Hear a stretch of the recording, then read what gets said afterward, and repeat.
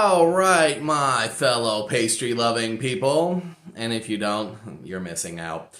This is Into the Fray with your host, Seriously Me, and this is very disturbing, but we're going to take a look at what do bullies actually look like? Like, is there something you can put your thumb on? You know, just kind of wrestle down what is a bully. And I don't mean like an actual physical appearance. I mean, what is a bully? And it seems like a really simple, well-defined thing, especially if you grew up in the 80s and 90s.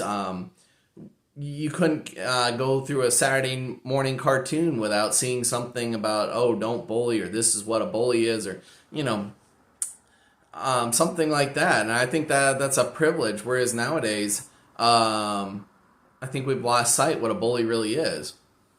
And we need to kind of refocus, because we have people out there that are considered marginalized, or, you know, oh, you can't even question them or say anything because you're bullying them, or, you know, like, I'm like, no, that's not bullying. Like, oh my God.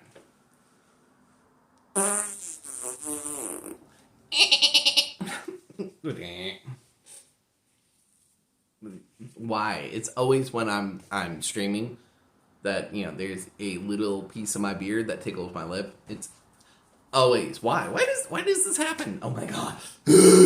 Anyways. Jesus. This is so awkward.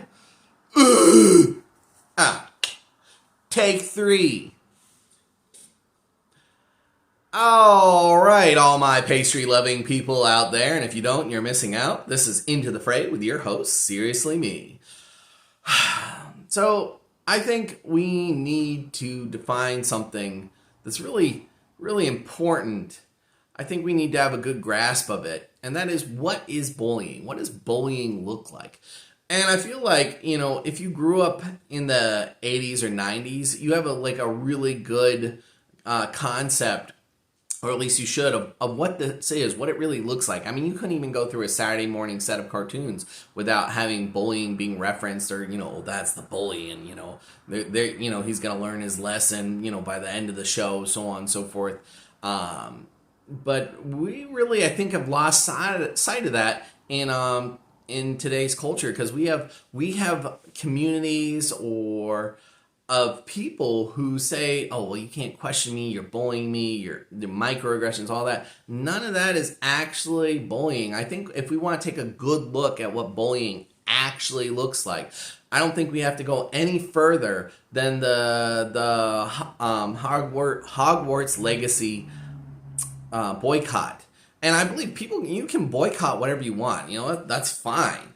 But when you start harassing people to tears, and you create an app to find out who's streaming the game, because the game offends you so much that you have to attack anybody who is, you know, trying to enjoy the experience they paid for, well, I'm pretty sure that's bullying. And no, I'm not pretty sure, I'm certain. And from a community that the sheer questioning of whatever they're doing could lead to their death is because they're so sensitive. Shouldn't you know better? It's a rhetorical question. Of course you should know better. If you have a problem with the creator of the source material, that's your own personal opinion. But gamers, who are one of the most accepting groups of all groups, you choose them to take out your grievances, I'm sorry. You are worse than the people that you claim your grievances against when you do that. Never, never include the innocent in collateral damage. So one, I can appreciate J.K. Rowling's work, whether I agree with her or not. And if you disagree with her just because of what somebody told you, then you're ignorant. You should do the research yourself. find out what it is you actually do or don't disagree with. Actually read. It's beneficial.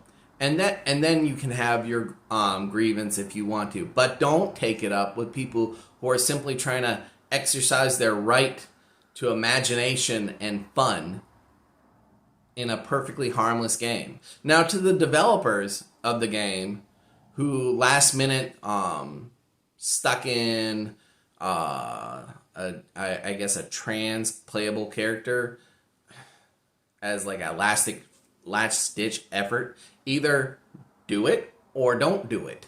Don't do the because that just, it's very tepid and it's very off-putting.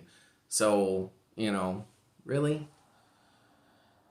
And to the community that should know better, I reiterate, it's shameful behavior. Like, you target, there was a boyfriend-girlfriend pair of Twitch streamers, and the young lady, as I previously mentioned, was brought to tears, and that was after they switched to subs only. So these people took their money, which they'll probably press for refund, which is ridiculous, but spent their money in the moment to continue harassing this couple who all they were doing was playing the game, streaming it. They don't, I don't think it has anything to do with a political affiliation or anything like that. But that's the extent of these people's resolve. And when I say these people, I mean specifically the online community that revels behind their wall of anonymity and bullies. And I mean any group that does that. I don't care what your thoughts are. You can present them in a manner that is respectful. The second you think you're, Superman, oh boy, oh, that's a disgrace upon the name. But the second you think you're invincible, there we go. The second you think you're invincible because you're on the other side of a screen and you can do as you please, you become one of the most disgusting individuals to ever grace the face of the earth. So, as somebody who grew up in an era when we knew what this looked like, let me tell you, you guys are dirtbags. Stop bullying people. Find a way to express your opinions and thoughts without being degenerates. And that's Into the Fray with your host, Seriously Me. If you liked it, please subscribe and smash that like button. Thank you so much. Have a wonderful day.